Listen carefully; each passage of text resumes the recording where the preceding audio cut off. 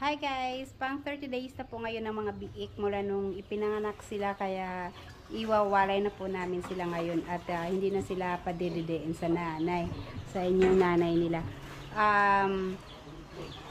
Titimbangin lang namin kung ilang kilo ang mga biik namin bawat isa, kasi hindi sila pare-parehas ng laki. Merong malaki, merong maliliit. Yung mga babae maliliit, pero yung mga lalaki medyo malaki. At saka nung pinanganak yun, malaki yung mga babae, pero ngayon anuhan sila, nalampasan ng mga lalaki. Mas mabilis lumaki yung mga lalaki. Kaya yung iba, pagka magpapalaki ka ng baboy, pagbibili ka lang ng biik, hanggat maaari piliin mo yung lalaki, kasi mas madali silang lumaki, mabilis silang lumaki kaysa mga babae. Yan, lilinisin ng ibuyog yan. Tapos, ayun yung mga biik doon na lang muna sila, kasi sira yung pinto dito. Pero meron naman kami dito sa baba, kaya hindi pa nalinisan. May mga dahon-dahon lang naman, kasi yung paligid maraming dahon. Pwede rin namin sa baba ilagay, kasi okay naman yung kulungan sa baba. Itong dito, nasira lang yung yung tawag nito, pintuan. Tapos itong nanay, i-raspa at saka pupurgahin para pag nagbuntis siya, yung malinis yung mattress niya, para hindi kagaya nung dati may mga itim-itim siya, na may mga biik na parang nalusaw sa loob, nangitim, hindi nabuhay lahat. So ito lang po yung gagamitin na pang raspa, Yoterex. Isang capsule lang siya na ipapasok lang sa ari ng baboy. Hindi kagaya ng tubig. Ano ba yung parang may tubig siya na ilalagay? Raspa din yun, di ba? So ito po siya, Yoterex, pang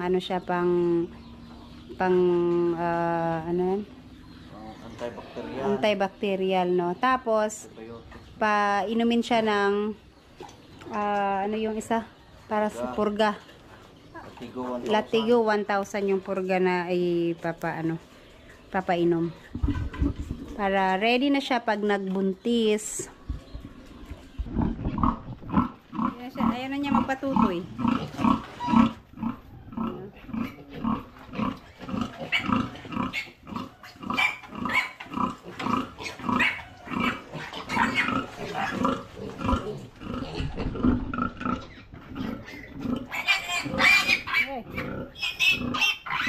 Ilog na.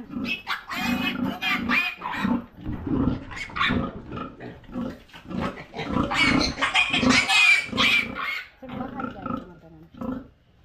Uyag oh.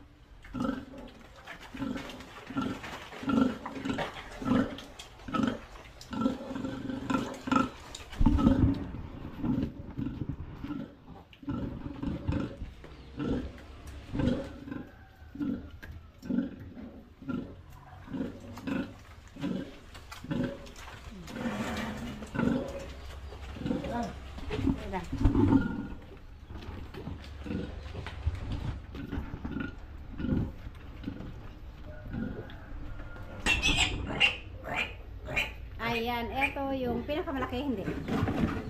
So, ano siya? 9 kilos. Oops! 9 kilos. Na, muiyak meron.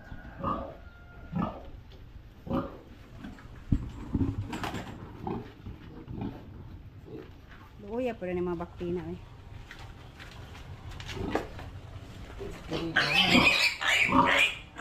Eto, maliit. Babae, no? Babae. Ay.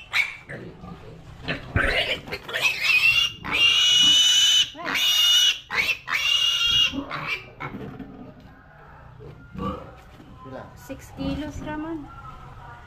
6.5. 6.5.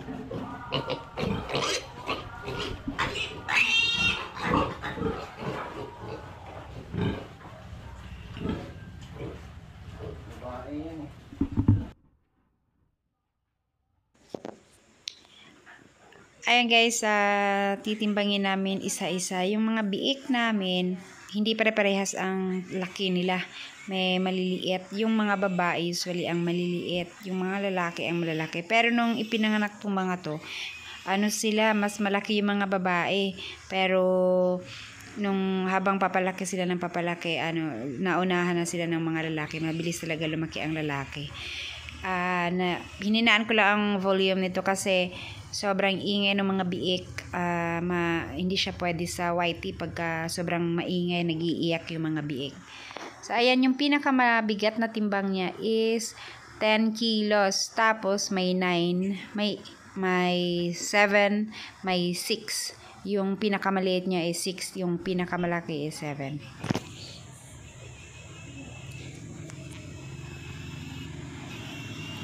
Pero pagka maayos naman ang kain nila, pagka nag-umpisa na silang kumain na wala nang halong gatas, mabilis na lang din yan lalaki. Basta wag lang magtae. Pag nagtae sila, dyan sila talaga mahirapan, at saka yung iba hirap nang makarecover pagka naumpisa na nilang magtae. Bali, 8 biik lang pala lahat ang anak ng inahin na to. So, ayan, 8 lahat sila na dumidede sa isang inahin. Nung nakaraan, nagsilang to ng 15. Pero, ang daming namatay nun. At saka, ang liliit ng mga biik, ang papayat nila. Kasi nga, nag-aagawan sila sa gatas. Yung iba hindi na masyadong nakakadede, kaya ang daming maliliit, ang papayat talaga, as in parang nangalansa yung iba, kahit na binabantayan na makadede kasi kinukulang na rin ng gatas yung nanay. So at least ito ngayon malalaki naman. Nasasabi kong malalaki sila kasi 8 lang sila at saka umabot ng 10 kilos yung pinakamalaki.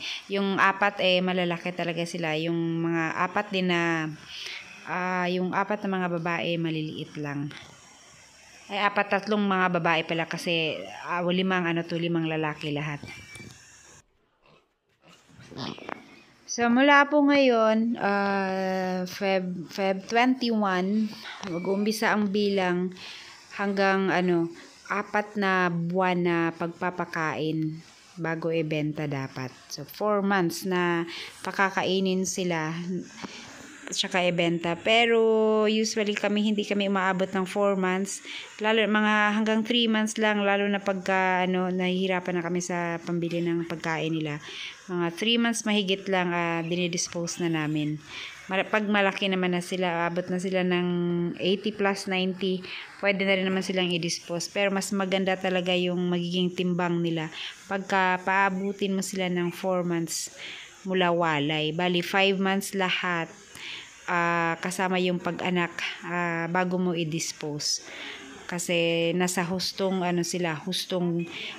gulang. Mas mabigat sila pagka tama na yung edad nila kaysa yung bata pa. Kasi naranasan namin magbenta ng 3 months pa lang, lang talaga sila, magagaan. Kaya dapat paabutin talaga sila ng 4 months at least, na kung kaya naman ng bilhan ng pagkain.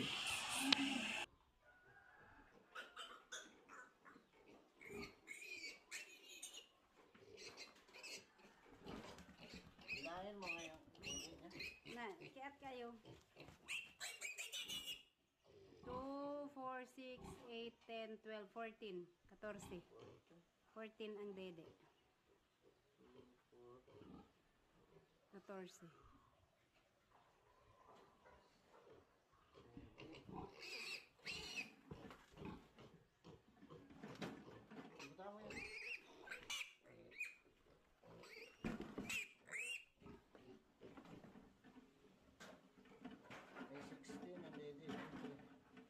Ah, 7 kilos din.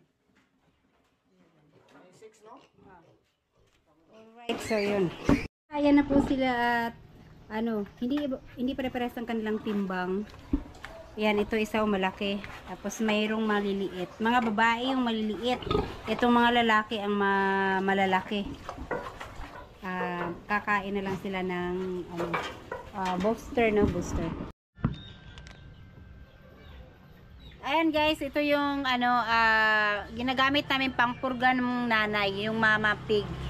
Pagkawalay, pinupurga na siya kaagad para pag naglandi siya, at least napurga na. Kasi usually ang mama pig pagkawalay, naglalandi na siya mga 3 days. Yung iba maaga, 3 days naglalandi na siya, kaya kailangan mapurga siya kaagad. So, ang pinapakain namin sa kanya is wet feeding. Ihahalo tong isang sachet diyan sa pagkain niya, tapos yan, imimix lang. Tapos ano na siya, purga na siya.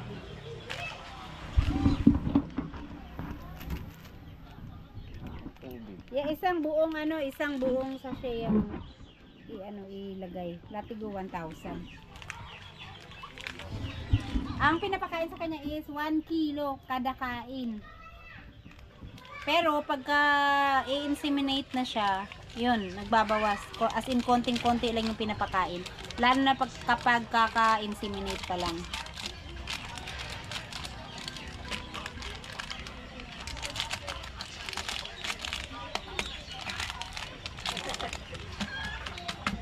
Okay. At lalagyan na lang yan ng tubig. Ibababad. Ayan na po sila guys. So kahapon winalay na namin sila. Hindi na sila pinadede ng nanay. Kaya umpisa na yung pagkain nila ng booster. For 5 days mula walay, booster yung pinapakain namin sa kanila. Tapos after 5 days, papalitan ng pre-starter. Ayan, malalakas na sila kumain kasi gutom na siguro. So, okay naman sila. Never silang nagtae mula nung baby pa sila. Mula nung pagkapanganak. So, sana tuloy-tuloy na hindi sila magtae. Ayan, malalakas silang kumain. Kaso lang masikip yung yung kulungan nila. Pero ililipat din namin sila ng sa mas malaking kulungan. Ay ayusin lang ng konti pa dun sa kulungan nila. Baka sa baba na lang namin sila ilagay.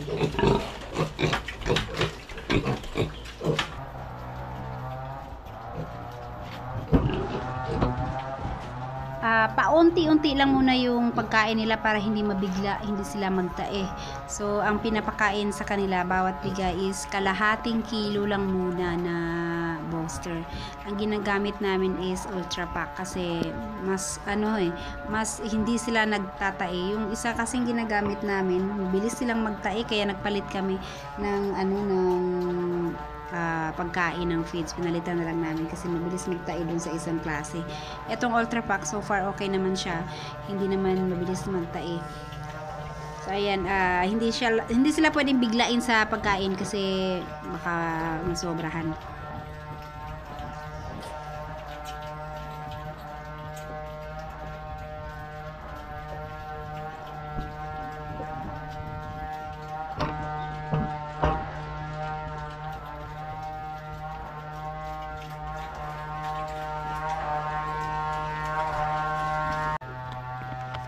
Ayan guys, Piggy Bloom. Yan yung pinapakain namin sa kanila hanggang 5 days mula walay. So ayan, sana tuloy-tuloy yung pagiging malusog nila para mabilis ang paglaki. Kasi okay naman sila. Na lang sa pagkain na lang. Control sa pagkain, tapos yung hindi sila malamigan ng husto kasi pagka nalamigan ng husto nagtatae din. Ayan, maraming salamat po sa inyong lahat. Thank you. Bye-bye.